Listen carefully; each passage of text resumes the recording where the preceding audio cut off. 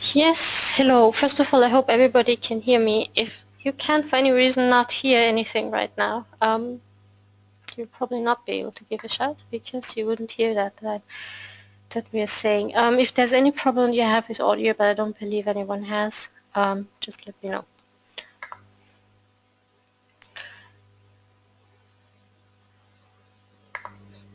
I'd like to thank everyone for attending today's webinar, which is on building and global intellectual property and innovation culture. I have the great pleasure of hosting today a presentation by Dr. Ludovit Garzik, who is the Managing Director of the Austrian Council for Technology and Research Development. He's also, as a profound believer in the innovation system, an entrepreneur and innovator himself, and has launched his own company as well, which is called Innovation Orbit. The talk will be about what can be done in terms of training and education to build a global culture for IP, for innovation, a culture of understanding, for doing business successfully. And it will also address questions around how Austria has gone along in approaching that question, respectively through the initiative Mozart 4.0. By background, Dr. Garzik has been the Managing Director of the Austrian Council for over 10 years now. In that role, he has been very much involved in providing policy, advisory and consultation to the government on a host of questions in the innovation ecosystem. Maybe just a few words also about OxFirst. We are hosting this presentation today. This is part of our initiative to bring new ideas and new thoughts closer to practitioners and academics around the world, giving them a chance to sort of like get new perspectives on the topic of IP strategy, IP management and IP evaluation and economics and IP while not having to leave the office. OxFirst is a spin-out from the University of Oxford. We have been up now for 5 years, and we provide consulting services and economic analysis in the IP space, and to a little bit also in the open innovation and competition law space. The question that gets us personally very interested is that strong paradox that intangible assets, intellectual property plays an increasingly important role to corporate performance. However, in spite of that, there's still a lack of awareness and understanding of how to address questions around IP in the boardroom. And we think it's time to change that, because if that's not going to happen, you have a whole sorts of negative side effects where intellectual assets remain undermanaged and undervalued. A lot of R&D is wasted, and also a lot of piracy and theft is being observed. To counteract that, we offer services in the space of intellectual property economics, intellectual property evaluation, cost assessments, and management advisory around IP. So that's all I wanted to say, and I'd like to pass on now the floor to Dr. Garzik. We'll also turn on the camera so you can see us as well. So, okay, so here's the Mozart 4.0. Everything should be live, the camera, the presentation, and the floor is yours. So thank you very much, Roya, and thank you very much to OxFirst for hosting this session today. So you were introduced about my background, so I don't talk about that. Maybe some words about why I combine these two issues of doing strategy recommendations to the Austrian government and also doing some private work on that with an own company. So the one thing is that we have challenges and we want to have political solutions for that to implement. But we want also to have some discussion about what can we do, what can we as an individual do to get a better situation about IP. And the most important framework about that is, to my understanding, the innovation culture. Because if you understand the innovation culture of another country, of another region, then you do much better in understanding also their IP management. And if you want to defend your IP, maybe in Asia or whatever, in Africa, then you should know how they think and what they do with their IP. So let me just introduce in the first 3 slides, so I go over that quite fast, what we did as a recommendation for IP in Austria, just that you know what the Austrian Council is doing in this normal work. So we are doing recommendations to the government like we had done in 2011 first time, so to improve the services of the Austrian Patent Office. This is quite important because this is kind of the first issue for a company to go to the Austrian Patent Office and ask what they can do. And if the services are okay, then they will manage the IP quite good. We have done some other recommendations for strategy of IPR. So we recommended to the national IP strategy, which was already implemented in the last year. So we did another one in 2015, and there was also a change in the management of the Austrian Patent Office in autumn of last year. We have now a new president, and I'm quite sure that the future of this patent office is now going in a quite good direction. Now I come to the first basic content for today, and this is the case study Roya already mentioned. This is Mozart 4.0. And the conceptual framework, maybe some of you know that, it's a triple helix analysis and that covers the knowledge, the innovation and consensus basis. That's a method that was developed more or less from a Stanford department. About 20 years ago it was developed to some other issues. And we used that method to analyze one of the major Austrian regions. Most of you will know that, it's Salzburg. With a lot of culture, with a lot of tradition, a lot of tourism, and we tried to figure out what Salzburg is doing from an IP standpoint, but also from a regional innovation system standpoint. So what we can see, so this is more or less the input. The input in research is the R&D expenditures, and there Salzburg is, I would say, in the lower third, with some other regions like Vorarlberg, Lower Austria. And when we go to the competitive basic research funding, we can see, and you see this red columns, and the red columns from 2009, they are going down, which means not the budget was going down, but the applications and the filed projects to Salzburg was going down. So this is a direction which is not really healthy for a region, and we will find out why is that. If you go on the other side of the self-employed, so this is more or less the implementation of the research and innovation, we can see a quite good rate of self-employed in Salzburg. It's about 10%, and this is in front of the other regions. If we compare this 10% to a recent survey of the university, then we can see, sorry for that, then we can see that just about 5% of the university graduates are self-employed, which means most of the highly educated persons are not self-employed, so they are looking for jobs like in trade, in tourism or other jobs, and this is a career that is not the innovation region that we would expect.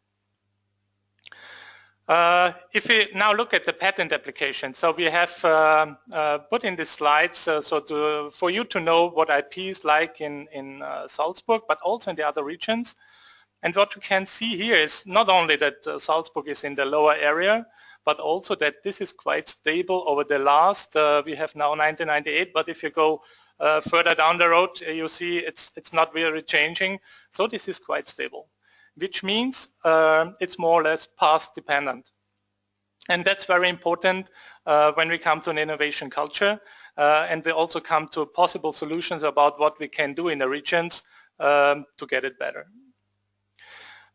It's the same thing with the patents filed, so there are some up and downs, but more or less it's the same situation over the years. The EPO, so this is now the European or more or less international applications. It's the same situation as well, so there's Vienna in a special situation, but all the other regions are quite the same level. The innovation ratio is in Salzburg quite the same that the input. So innovation ratio is more or less the output. So what comes out of the region, and this more or less in the same lower third than the input of R&D was. So why is that? Now we have the first connection between IP and innovation culture. And I put some inputs from Asolai, who did a paper in 2009 I used also for the study. And I have 3 wordings from him about that, which is more or less if there's an imprinting from somebody to his, from some teacher to a scholar, and the teacher is likely to patent or is likely to innovate, the scholar will do it as well and the trainees will do it as well. So this is also the path dependence of a region, so that when I have some people on the university, some postdoc advisors or whoever this is, or even the president of the university, if he is thinking in an innovative way, it is likely that the university will go for innovation. And if the management of such an institution is not doing innovation, is not thinking entrepreneurial like startups, then this university or whatever institution this is will be dead. So there will be just the management of the knowledge. So the management of the knowledge means it's built up, it's also transferred between different disciplines, but it's not implemented on a market, it's not done in innovation. And the second thing we also have is in innovation culture, it's the financing of innovation, and that's we have a data from the European Venture Capital Organization from 2013. And Cottom and Lerner had the wording that increases in venture capital activity in an industry are associated with significantly higher patenting rates, which means if there is no venture capital there, so it's not likely to have the patenting rates rising. So that's even one of the cultures we have in this Austrian region. If we go to another region, so Silicon Valley is more or less good to compare. We could also take Israel or some other regions, but we have a quite good number from Silicon Valley, which is more or less 0.002% of the US area, and they have about 12% of the US in patenting, so that's quite a big number. And even, and this is the but I wrote below there, just 2% of the Silicon Valley startups rely on patents. So that's a quite small number, and even the number of the percentage of the US in Silicon Valley is 12%. And there's also a thesis, if you're interested in that, from Bernd Litzker, who is working with the Austrian Wirtschaftsservice, that the patents slow down startup activity, why ever this is, but he found it out. Okay, then we have some arguments about why Salzburg is in that situation. So we see Salzburg here in a situation that there's a big part, this is the green line, of cultural sciences. If we count it in real numbers, we would see that 25% of all the cultural sciences is done in Salzburg. And Salzburg is just about 6% of the population of Austria. So, which means that this is a quite big number. So most of the careers of the university is going in humanities, social sciences, and cultural sciences. So this people, this human capital is not available for other innovation. We can look at other numbers and we will see that all these numbers point into the same direction. So this is the startup intensity to chamber members, so that's the Chamber of Commerce in Austria, and also to the citizens. Then we did a special force. We did a survey, and we did not just a survey, but also a prognosis market. I'll come to that in a minute. And we looked at different groups of people, on the one side from the research community in Austria, but especially on the University of Salzburg. And we also used the group of population, which is quite different education levels.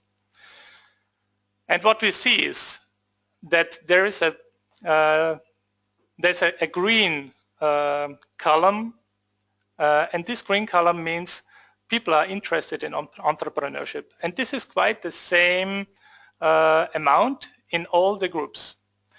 And we also see this red column line. And the red column, it's the people who actively go for entrepreneurship. So which means there's a potential, but people don't do it. And the reason for that is the cultural background, risk aversity, also parents telling their children not to go into that careers that are more risky, but to go into trade, tourism, or whatever. But even this is more or less a good sign for Salzburg as well, because there's a potential there. So there is human capital who would be available for that kind of innovation. And this is the other thing we did for a survey. It's a prognosis market. If you didn't hear from them, it's no surprise, because it's more in trade and retail. But we tried to have this prognosis market, which is much more intense than a normal survey. But you need much more information for the participants to understand what you mean. And this is a gaming of opinions, more or less. And what we see there as a result of these opinion trading examples is the expected effects for promotion of different things like entrepreneurial education, funding for innovation, but also for startup services. And when we compare these different lines, then we see there's risk acceptance. So this is more or less in the middle. So risk acceptance is from strongly improve and strongly deteriorate. It's the same level. But if you see the interest in entrepreneurial activity, this increase means there's a lot of people who would be interested. And if you compare that with the upper line of risk acceptance, you see why they don't do it. And then we made a special issue also for the patent applications. And there you see if there is more funding for innovation, people would expect a higher impact on the patents. So that's even a good sign for a region like that. So if you change the framework conditions, if you change the mindset of the people, of the culture, of the socialization, then there is a big potential of people doing innovation. I'll skip that and come to a very, very interesting graph. Now we can see the difference in the expected political capabilities. So that's the thing that's in the political discussions and also in the political implementation, and the predicted impact, which means that's the impact that the community would expect if you do tax benefits, support for patenting, and all the others. If the political implementation would be in the optimum line, then these two lines should be on the same level. And you see that some of it, the predicted impact would be larger, like in the first two, in the tax benefits and in the patenting. So which means if there would be more political awareness on these 2 points, the community would be very eager to follow them. And on the other side, on the bankruptcy and the education side, there's a lot of political discussion and people think there is not that impact on the political discussion. So we come to the conclusions for our case study, which is the end of the first part of the presentation.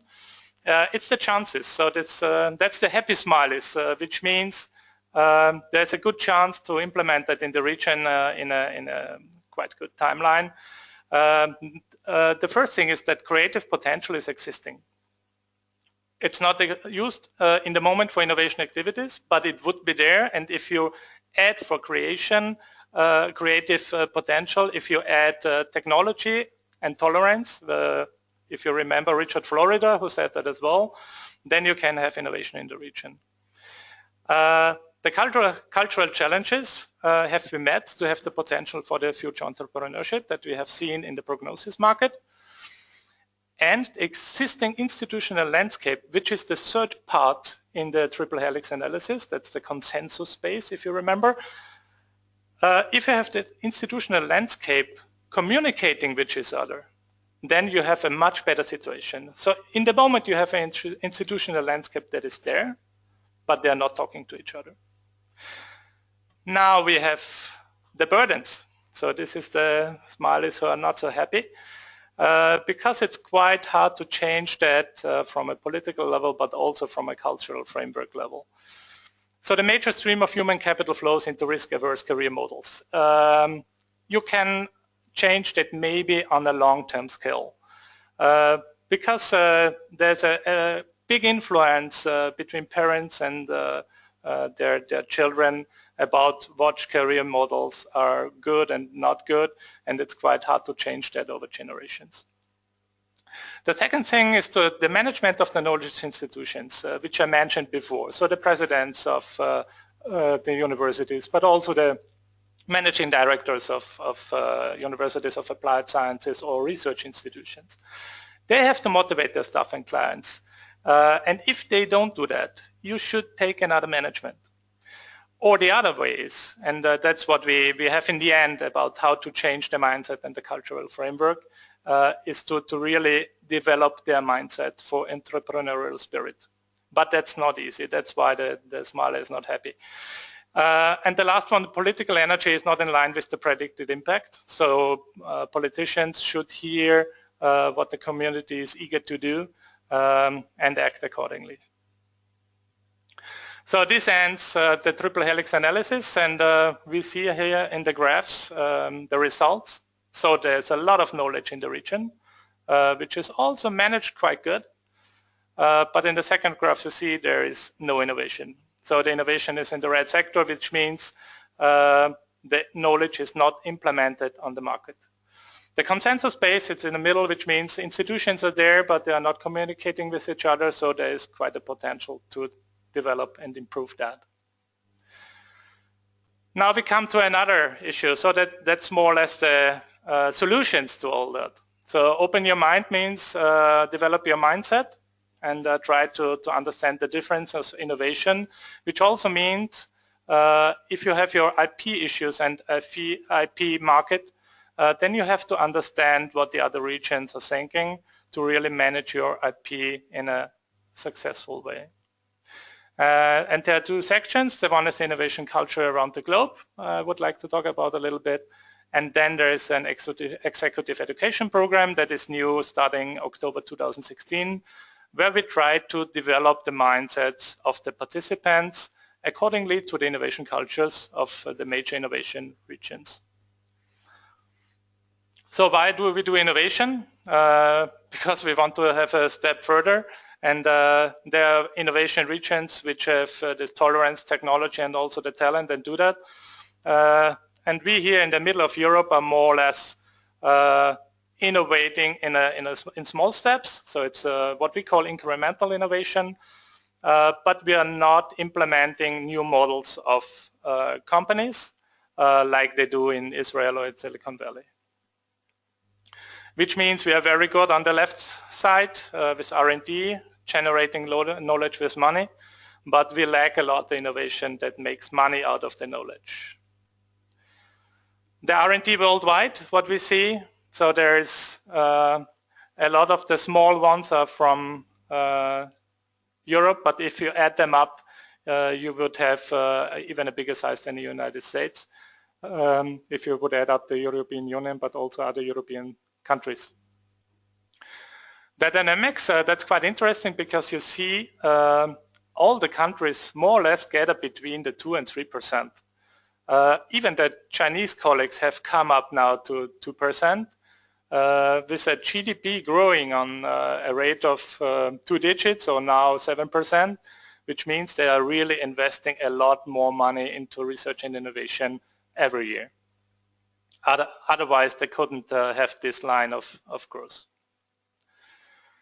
The R&D expenditures are rising. Where do they do that? So what we know, it's more the east and the coastline of China with the Pearl River Delta, but also with Shanghai and Beijing. And they're developing also the regions inside the country now, like Chongqing and Xi'an. That's quite impressive. So what we know that the world patents, it's a statistics which somehow you have to ask the background of it for the quality of all the patents that are in there. But but more or less China is going to the top, even if you say that maybe the quality of SIPO in the applications is not always the same than we have in other countries. So we will skip that and come to the innovation side now, Romet. What's this digital disruption? What it is about? You know that the biggest taxi company doesn't own vehicles. Who is that? That can just be Uber. We have the biggest provider of accommodations who have no real estate. Who is that? It's Airbnb. We have the phone companies, it's Skype, and we have the photographic content. Most of you will have Instagram. We have a publishing house, that is Facebook. We have the biggest movie distributor also with no movie theaters, it's Netflix, and we have a valuable trading company. I had to implement that because all the others are more or less from Silicon Valley, but this one is from China, it's Alibaba Group. And what we also see when we look at Silicon Valley and we look at the list from before, that we had a quite interesting movement of the scene, of the entrepreneurial startup scene. 15 years ago, most of the companies were founded in Silicon Valley itself. This is about 30 miles south of San Francisco. So that's Facebook, Google, and others. But in the last 4 or 5 years, most of the companies were founded in the city itself, so downtown San Francisco. This is a quite interesting movement. Maybe it's just too expensive. Let me have a look at the prices of Silicon Valley right now. So this is, yeah, we have the US here on the bottom line. We have $150,000 for a US home. We have about 4 times in Silicon Valley with 600,000. But if you go to downtown Palo Alto, which is next to Stanford University, you have 2 million for just a single family home. So no wonder that people are moving to the downtown city. So this is the last one for that. And I think that's quite interesting because when we look now at the different universities, and some of them are from Silicon Valley as well, what I want to show with that is where do they get their stuff. So we have Microsoft, IBM, and Co. And if you see the lines where the universities they come from, so I'm sure you can't read that, but you can read that when I send it to you afterwards. So Microsoft, half of the staff is from the University of Washington. Stanford University, they are going to Google, so that's the second. And so you have these lines where you see that the universities have quite close connections to the major companies in the region, which means what we have to do in Europe is as well develop our universities, and then we have also the big companies who will use this stuff for innovative work. That's what they do as well. So, and now, more or less for the solution, we come to a new program of executive education. I had the opportunity to develop that when I was in Silicon Valley for 2 months, some months ago. We have 2 major cooperation partners. It's the Vienna University of Economics and Business with its Executive Academy department, and also Shanghai University, who care for the quality of the program. And the idea is more or less to experience the cultural differences. So if somebody comes out of this program, they should have understood the differences in the cultures between China, Europe, and the US. And we have 2 major parts of it. The one part I come now is the lecturers. So we have a setting of lecturers who will tell you about their experiences in their innovation region. So it's 5 lectures in every region, and you get a coverage of all the innovation in that region. So it's 5 Chinese, 5 Europeans, and 5 US guys telling you very authentic about their experiences. And if you heard all 5 of them, you will see what innovation is about in that region. But the other thing, and I think that's even more important than the lecturers, is the group of participants is composed by all the different regions as well. So if you go for a beer with the participants' colleagues after a lecture in Shanghai, you will have to ask your Chinese colleagues about what did you hear in the lecture today. And this discussion will really take you to the cultural insight and afterwards you should know how they really think and what they do. So that is why we want to have a good distribution of participants from the US, from Europe, from Asia, but also from the rest of the world, which means that's Australia, Africa, South America. The target group, it's more or less middle management of very diverse disciplines, branches. So we have no certain branch which we address. So this can be industry, this can be government, but this can also be NGOs, agencies, consultants and engineers. The setting for the first program now in October is quite easy. So the group gathers in Shanghai on the 16th of October. So you can even spend some days before if you like in Shanghai if you haven't been there. Then there is the lecture session from the 16th to the 18th. On the 19th, the group travels together to Vienna. We have 2.5 days of lectures as well in Vienna. And we have in the end San Francisco from the 24th to the 26th, which means the group is together all the 11 days. Yesterday, very recently, we also opened the modules as a single module.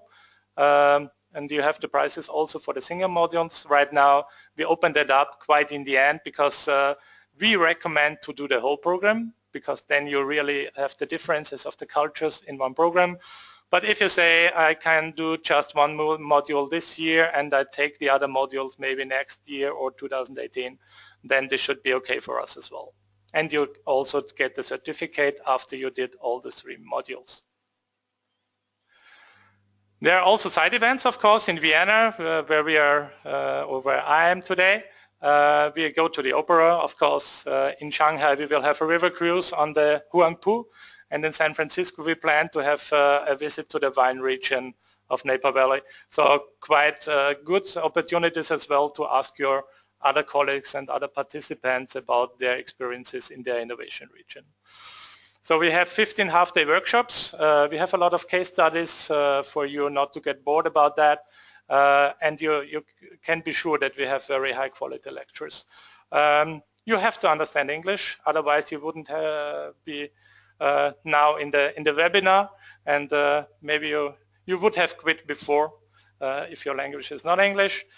And we also have a travel agency partner who cares for flights and hotels, so we have bookings for flights and hotels if that is not done by your company, so we support that as well.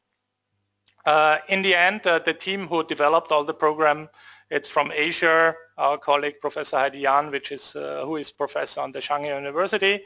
We have in the US Max Schnödel, who is in San Francisco and is CFO of a big company there. In Europe, I'm doing the program management, and our program manager from the University of Business and Economics in Vienna, it's Christina Knopf, who cares about all the quality of the contents and the program documents. If you want to have more information, you can contact, of course, me directly. I'm happy to answer your questions on that. You can consult the website innovationorbit.com, or you get an email on contact@innovationorbit.com.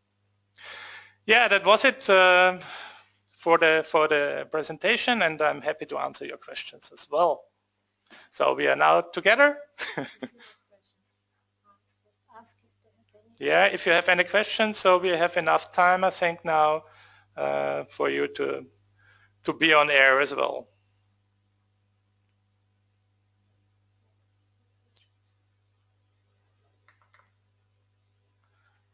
So I think I was very clear about that. So is there no questions so far?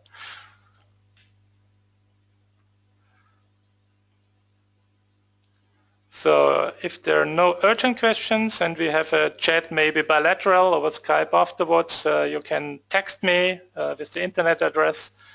So I thank you very much for being with us today. Maybe for the end and for the last words, I hand over to Roya, who maybe have some recommendations for you for the future. Well, Thank you very much for giving this talk. And thank you all also for attending this month's webinar. I hope you thought it was enriching and it gave you lots of new ideas.